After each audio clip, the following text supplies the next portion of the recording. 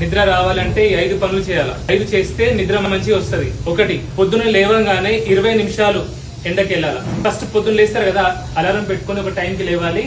లేవగానే ఎండకి వెళ్ళాలా. ఒక 20 మినిట్స్ చాలు. 20 మినిట్స్ ఎండకి వెళ్ళగానే ఫస్ట్ సర్కేడియన్ రిథమ్ సెట్ అవుతుంది, బాడీలో హార్మోన్స్ పనిచేస్తాయి, మెలటోనిన్ రిలీజ్ అవుతుంది.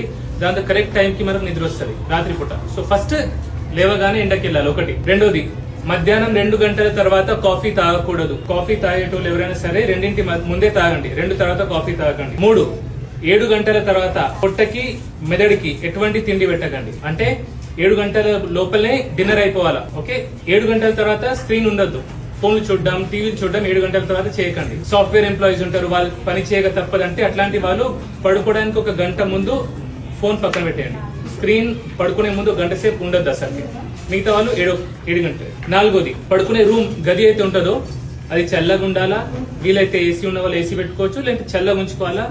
డార్క్ ఉండాలా, లైట్స్ ఉండకూడదు, చప్పుడు లేకుండా ఉండాలా. ఓకే, పడుకోగానే నిద్ర పడతలేదంటే దొరలకండి, పెసలద్దు, బెడ్ మీద లేవాలా. ఇక్కడ స్టూడెంట్స్ చదువుకుని ఉన్నారు ఎవరైనా, మనకు నిద్ర పట్టదు, పుస్తకం పట్టగానే నిద్ర వస్తుంది.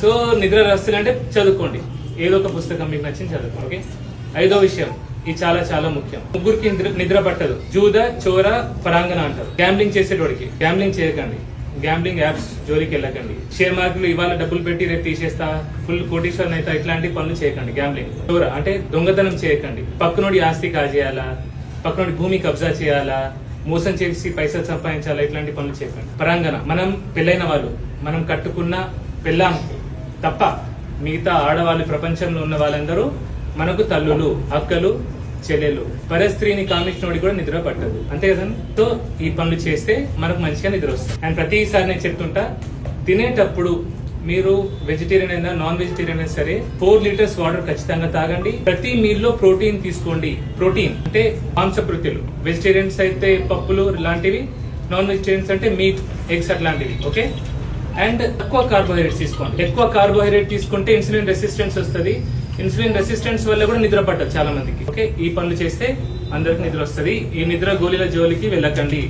ఏమైతే నిద్ర పడతలేదు, వాళ్ళు గోలు వేసుకుని పడుకుంటా అనుకుంటారు అనుకోండి, అది ఒక అలవాటు అయిపోతుంది. అది లేకుండా మనం నిద్రపోము.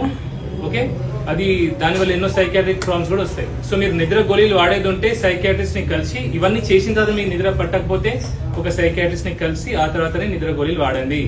ఓకే, అపాయింట్మెంట్స్ అయిపోయినాయి, అందరూ అయిపోయినాయి కదా.